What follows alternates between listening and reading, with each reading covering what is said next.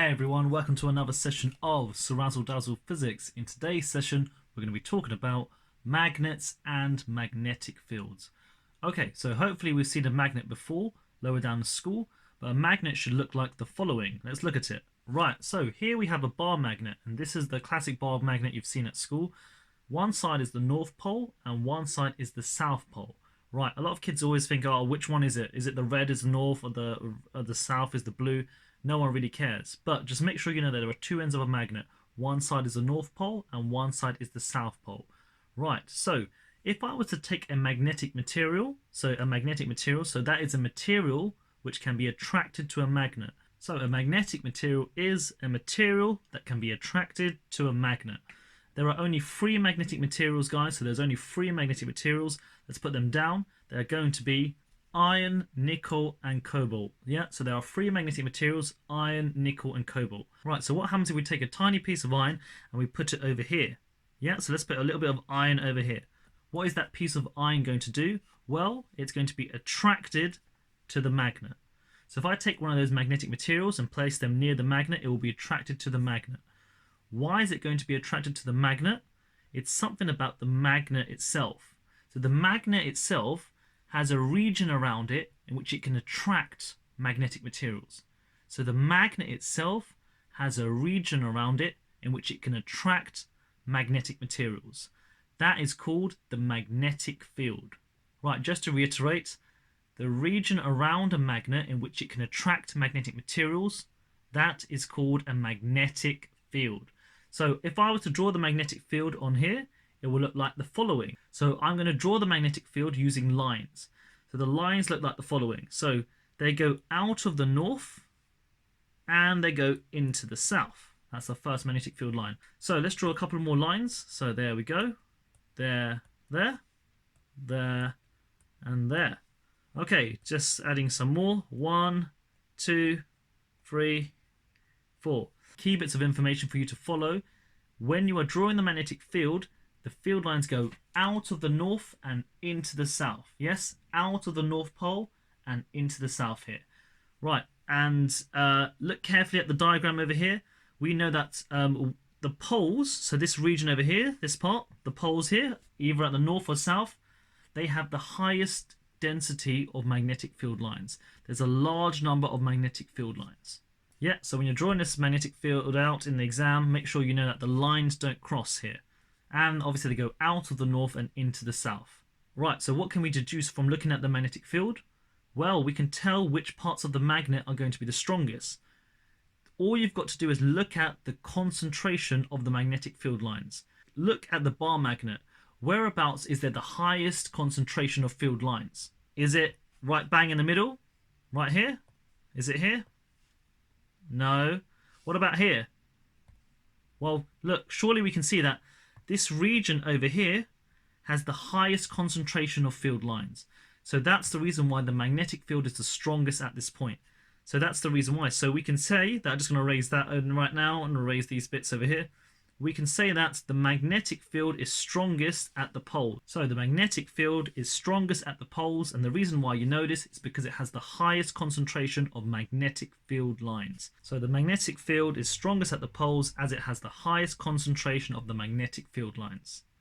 Okay, right, easy stuff now. Right, now I'm going to say practical wise, how on earth could you find out about the magnetic field? How could you investigate the strength of a magnetic field? What could you do? So a simple experiment. Well, you could do the following. Right, so how to investigate the strength of a magnetic field? You can do the following. You can take your bar magnet. Obviously, one side is north, one side is south. And what could you do? You can simply do this. You can get iron filings, guys, and sprinkle them all over the place. So let's sprinkle some iron filings. So let's take some iron filings. So there we go. So if we were to sprinkle iron filings, so we sprinkle them all over this. So guys, mention that we take a salt shaker, we sprinkle it all over this. You will find that loads of them clump up at the poles. Yeah, you can hear that ridiculous noise. Obviously, that's the pen hitting the thing here. There we go. So if you sprinkle iron filings, they will clump up at the poles. The reason why is because the magnetic field is strongest at the poles. And why is the magnetic field strongest at the poles? It's because we know that there is the greatest density of magnetic field lines there. So it's all combined. Right, so that's one way to do it. You can sprinkle iron filings onto the bar magnet. You'll see they clump up at the ends, and obviously that means that it is the strongest at the poles. And you know it should be the strongest at the poles. Why? Because it has the highest density of magnetic field lines when you draw them out. Easy stuff. Okay, so let's have the following scenario.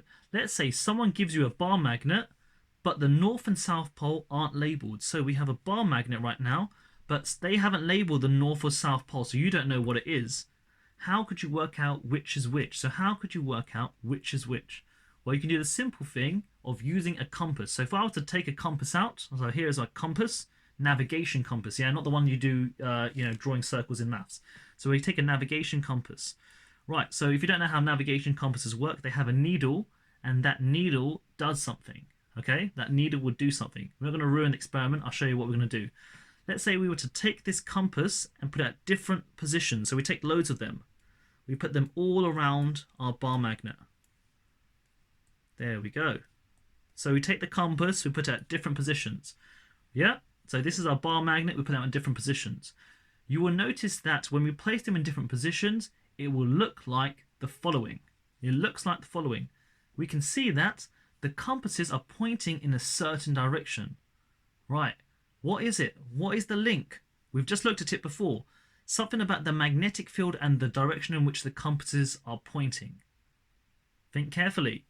Right, so we will notice that the compasses, the direction in which they are facing, is in the same direction as the magnetic field. So compasses align themselves with the magnetic field. So that means that the field must be going like this. So if I were to draw the field lines, look guys, there we go, here we go. So we can clearly see that the compasses are aligning themselves with the magnetic fields. And what does that mean? We can now determine which one is the north and which one is the south.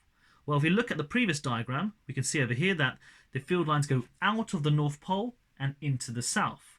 So going back to over here, this diagram, they must be going out of this North Pole. So this one must be the north because they're going out of the North Pole and into the south over here. Right, and that's it. So you can use compasses to determine which side of your bar magnet is north and which side is south, because they will be pointing out of the north and into the south. Some people like to say compasses are south-seeking, so let's put that down. Yeah, so compasses are south-seeking. Why? Because look, they're all looking for the South Pole. They're going into the South Pole. Okay, right. Now, one more thing. What about then in real life? So let's give a real-life context and look at a real-life example. What about the Earth's magnetic field? So what about the Earth's magnetic field?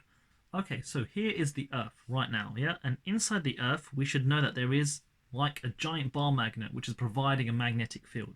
So the Earth has its own magnetic field. Visualize it like a giant bar magnet right bang inside the Earth. Right, so let's do the following. Right, so now we're going to investigate the Earth's magnetic field. So let's say you are standing over here, okay? Yeah, and you take out your compass. So you take out your compass, right? And obviously you should know by now, your compass will point to, yeah, the geographical North Pole. Yeah, hopefully we know that, guys. If I take out a compass, a navigation compass, it's going to point to the geographical North Pole. Okay, and let's say you go to the opposite side of the Earth, and you say you're hanging out over here. You take out your compass again, right?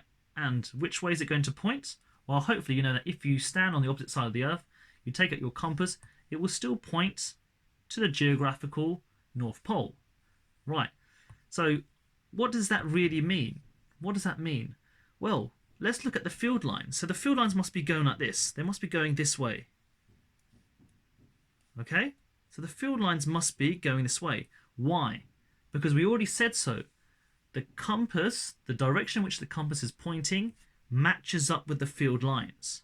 So the direction in which the compass is pointing is matching up with the field lines. Right. So what does that tell you? It's a bit of a problem here. You already know this from the previous one we looked at. So we looked at the one before. All of them are going out of the north and into the south. So therefore, look at this diagram here. So it must be coming out of the north and into the south. Right, why is this crazy? Well, obviously, have I broken physics? Obviously not. Look carefully what's happened here. Yes, although it is the geographical North Pole, in reality, it is the magnetic south. So it is the magnetic south. So yes, the geographical North Pole is the magnetic south. And logically then, the geographical South Pole is equal to the magnetic north. Obviously, this is kind of hard to get our head around, but hopefully you realize that this makes sense though. That makes sense why your compasses point to the North Pole. It's because they're seeking the South Pole of the magnet. And obviously, some of you will just say then, oh, why can't we just like switch it all around? Why can't we just go and tell people to swap their ideas around? Like, why don't we just go and tell someone the North Pole is not really the North Pole, it's actually the South Pole? Obviously, people wouldn't believe you. Well, you can try and do it. That could be your homework. Okay, so we're done for today's session. We're going to have a quick recap before we go. So we started off with the following. We started off with magnets and magnetic fields. We said to you, here is a bar magnet, and the region around it in which a bar magnet can attract a magnetic material, that is called the magnetic field. We can draw the magnetic field with these lines over here. There are three types of magnetic material: iron, nickel, and cobalt. These are the three types of magnetic materials. When you're drawing the magnetic field, make sure your lines don't cross. We know that the magnetic field is strongest at the poles because there's the highest concentration of the field lines. So look carefully, there's the highest concentration of the field lines at the poles. That's the reason why we know it's strong there. Scrolling down, we then did how to investigate the strength of a magnetic field. We simply sprinkle iron filings onto the bar magnet. The points where they clump up obviously tell you that it's the strongest there. Then I said to you, if someone gives you a bar magnet but you didn't know which one was south and north, you can put compasses around it, and the compasses would tell you where is the north and where is the south. Why? Because the compasses line up with the direction of the magnetic field. So we can clearly see they're pointing into the south there, and they're going out the north there. So I knew this one was the north and this one is the south. Then I gave you a real life context, the Earth's magnetic field. We have the Earth over here, and we said there's a giant magnet inside it. If you were to take out a compass, it would be pointing towards the north, geographical North Pole. And obviously, what that really means is that the magnetic field lines must be coming out of the bottom and going into the top. So yes, although it is the geographical North Pole, it is the magnetic south. And yes, although it is a geographical South Pole, it is the magnetic north. And that's it for today's session. Make sure you like and subscribe to my videos. Keep the channel going, guys. Ciao, ciao, goodbye, and good luck with revising. Bye-bye.